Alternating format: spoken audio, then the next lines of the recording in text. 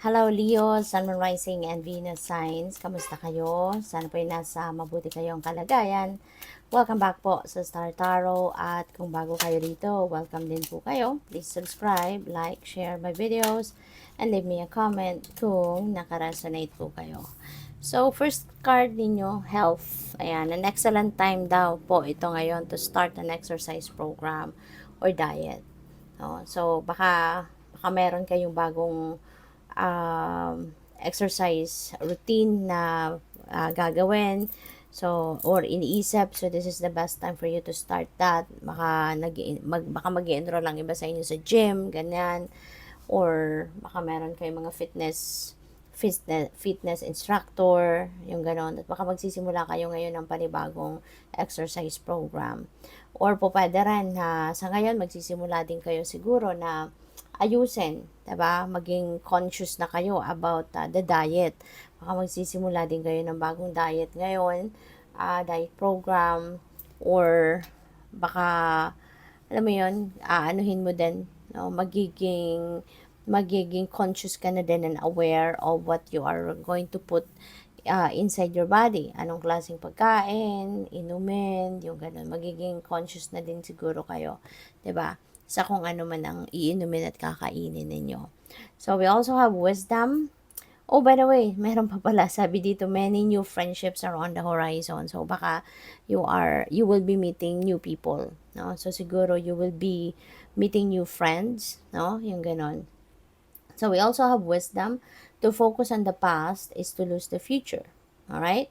So, to focus on the past is to lose the future. Heed advice from an older person which will allow you to move on. All right?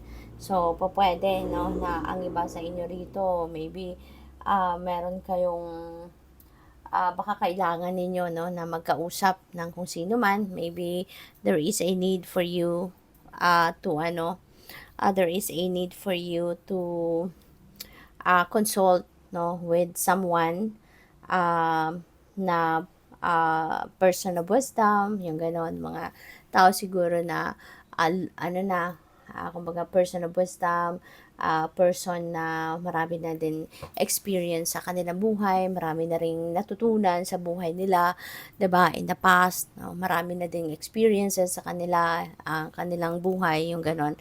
So, baka yun din yung mga taong lalapitan ninyo sa ngayon, 'di ba? To ask for advice regarding something. So, meron kayong additional wisdom then na pwedeng mapulot from these people. So, we also have planning. Now is the time to lay down the foundations for your future. Financial gains are more than likely. Wow. So, maganda to kasi merong mga perang dadating. There are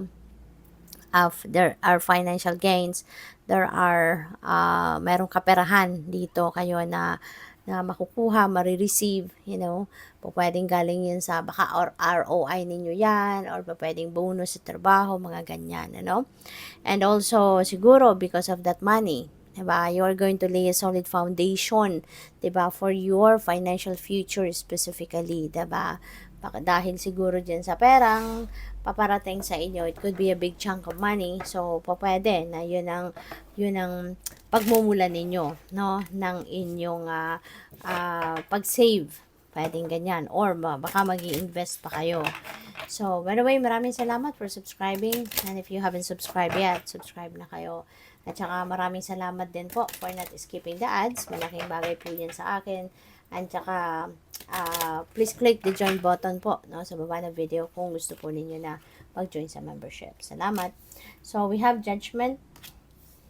Sabi dito, soul searching will bring inner peace to many areas of life. Ayan, so baka magkakaroon kayo ng time sa ngayon, no? Maaaring magkaroon kayo ngayon ng time na magkakaroon kayo ng time na mag soul searching, mag-reflection, magmuni-muni, magnilay-nilay, 'di ba? At marami kayo magiging realizations, and this is also the time siguro na magkakaroon din kayo ng peace of mind, 'di ba? Magkakaroon kayo ng kapayapaan sa puso ninyo. So we also have luck. You are right to be strong and optimistic about the opportunities ahead. Alright? So, this is good luck, no? 4-leaf clover. This is swerte na paparating talaga sa inyo.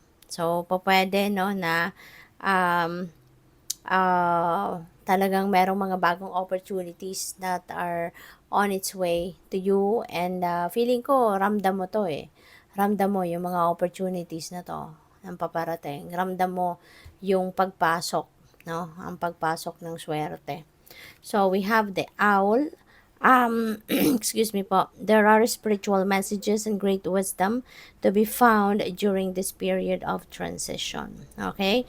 So, there are spiritual messages na dadating. No? These are, mga intuitive messages, intuitive nudges, yung mga ganon.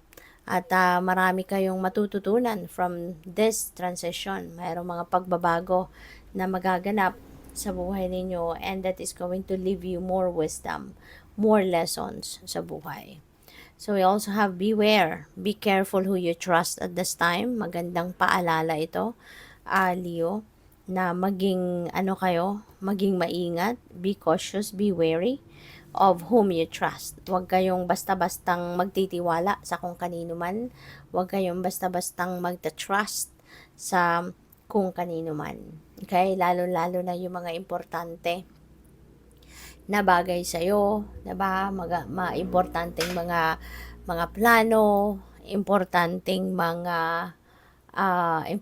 plano, mga importanteng ideas, no, transactions ninyo with anyone. Wag na ninyo yan ikikwento sa iba.